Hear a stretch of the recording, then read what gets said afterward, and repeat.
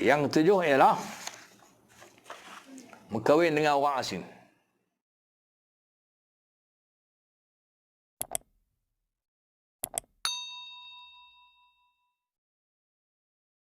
Berkahwin dengan orang asing. Bukan makhluk asing, dengan orang asing. Ini isu jodoh. Berkahwin dengan orang asing. Tambah di Malaysia ni, Allahu Akbar. Di Malaysia ni banyak imigran, ramai. Kita di Malaysia ni, bukan kata di KM, tengok di Mogong, di Jitra, buat sepedak, Kuala Nerang, ada siapa. Kita akan tengok warga asing, Bangladesh, Nepal, Indonesia, Thailand, India, China, awang hitam. Banyak ni di Malaysia. Persoalan yang ketujuh malam ni, belum saya nak tutup kuliah ni, ialah berkahwin dengan warga asing tapi menetap di Malaysia. Di Malaysia. Siapa dia orang Malaysia? Siapa warga asing? Kebiasaannya yang Malaysia tu perempuan. Yang warga asing tu adalah lelaki. Ada juga kes terpencil, warga asing tu perempuan.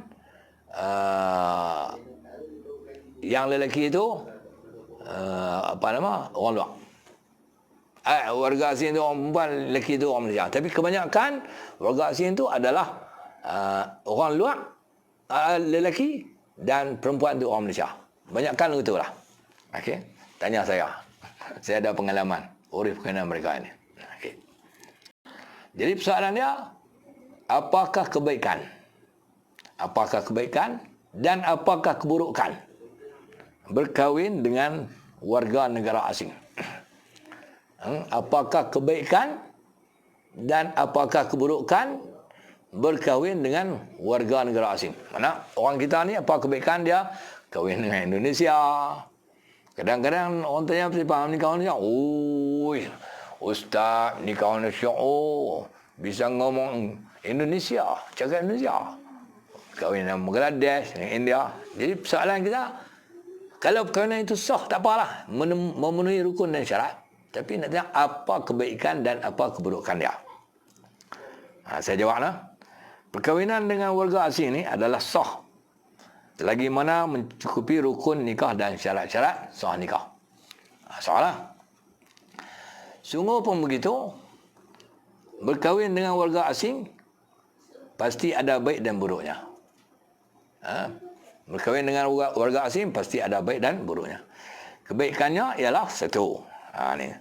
Kebaikannya ialah yang pertama sekali, rangkaian kekeluargaan semakin berkembang. Mau tak kembang, nikah dengan Arab, keturunan, habis-habis tak ada apa dia duduk Kuala Nerang. Bisan saya ada seorang duduk Mesir Arab. Pasal apa? Menentu saya orang Arab, berkembang.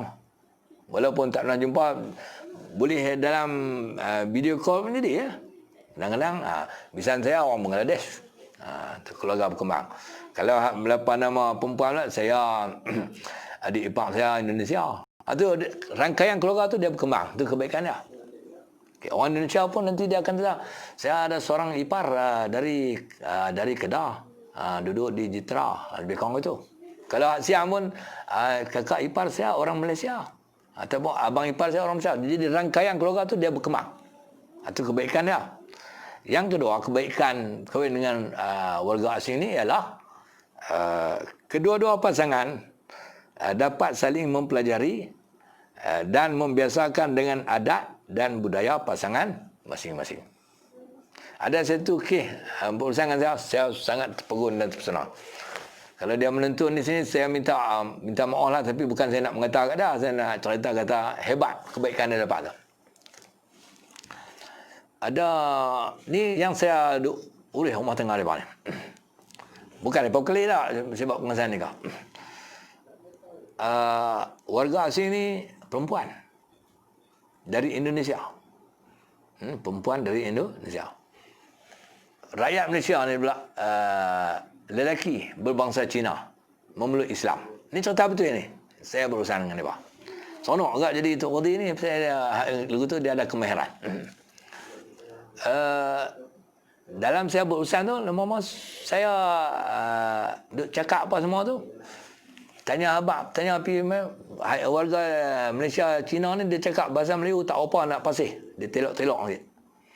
Bila saya tanya perempuan tu, gini, tanya lelaki-lelaki tak faham, maka perempuan tu dia tanya balik suami dia. Suami dia tu warga Malaysia berbangsa Cina, memeluk Islam. Perempuan ni warga Indonesia. Saya tanya apa nama perempuan ni, kemudian dia jawab ni, dia tanya suami dalam bahasa Cina. Tu yang saya kata kebaikan di sini. Saya tanya, belajar mana bahasa Cina?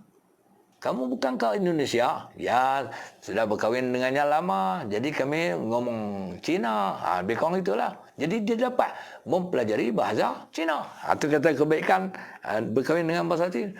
Boleh belajar budaya, bahasa, adat resam, lagi makanan dan macam-macam. Itu kebaikan dia. Kemudian keburukan dia. Keburukan berkahwin dengan warga asing. Buruk tu kan bawa kepada lingkup dah. Maknanya ternyata rugi sikit. Apa keburukannya ialah yang pertama sekali, seseorang yang berkahwin dengan warga asing itu dia akan berenggang dengan ahli keluarga. Jika pasangannya membawanya pulang menetap di negaranya. Tak payah. Ada kes yang saya duk kondak ni pun ada juga. Nikah dengan Arab. Saya tanya, ni kalau kahwin dengan dia ni, kamu suka?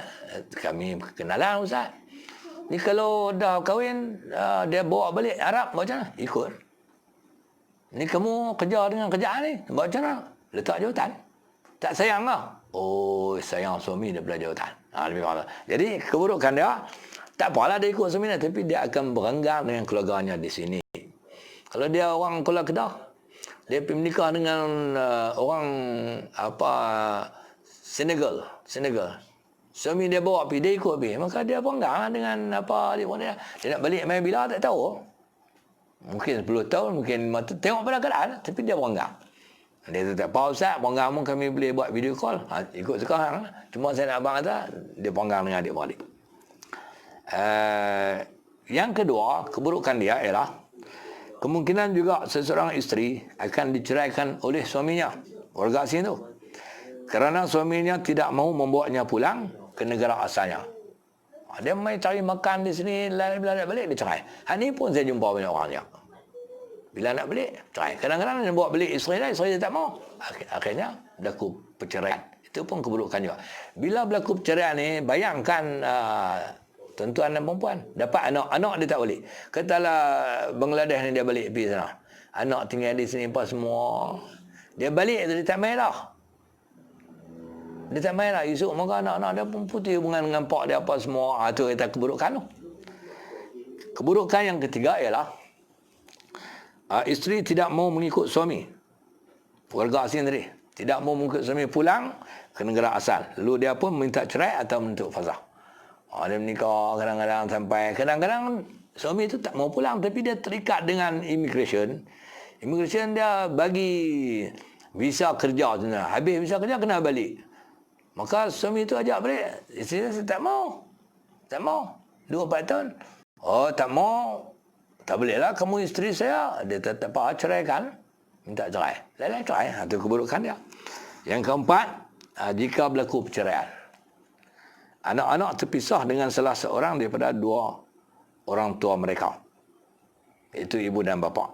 Dan sukar bagi anak-anak berhubungan secara kerap dengan ibu atau bapa kerana salah seorang daripada mereka terpisah jauh oleh sepadan negara. Kalau dalam konteks Malaysia, anak-anak mak pak bercerai, katalah pak orang Pahang, mak orang Kedah. Cerai-cerai anak duduk di Kedah. Dia boleh pergi cari pak dia Pahang, dia naik bas. Pergi boleh. Dia naik bas, naik ATS sampai di Kuala Lumpur, betul, naik bas pula pergi Pahang, boleh. Tapi kalau pak orang Bangladesh, pak orang Senegal,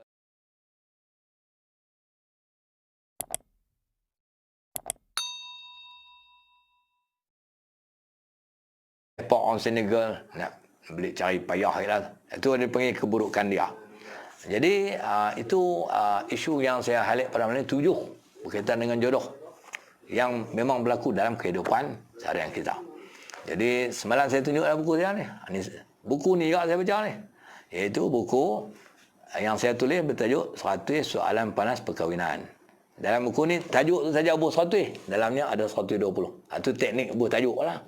Siapa yang berhasrat dapat ilmu yang saya nukilkan dalam buku ni, boleh mendapatkan buku ni di kedai buku. Biasanya di kedai buku ni, buku ni terbitan Galeri Ilmu, boleh didapatkan di Popular Bookstore dan juga di Hasani Bookstore. Itu yang saya tahu lah. Mungkin ada di kedai-kedai buku yang lain, atau pergi carilah. Okey lah. Jadi semoga ilmu yang saya sampaikan pada malam ini ada manfaatnya dan boleh menjadi pengajaran kepada kita bersama. Tajuk 7 perkara yang saya bahas ni mungkin ada kena-mengena dengan batang tubuh tuan-tuan, ataupun adik-beradik kita, anak-anak kita dan seumpamanya, ataupun tak kena-mengena lagi, dalam proses research, buat kajian, boleh jadi nak jadi apa yang kita bincangkan pada malam ni. Jadi saya pun ampun maaf anda terkasar bahasa, silap komunikasi.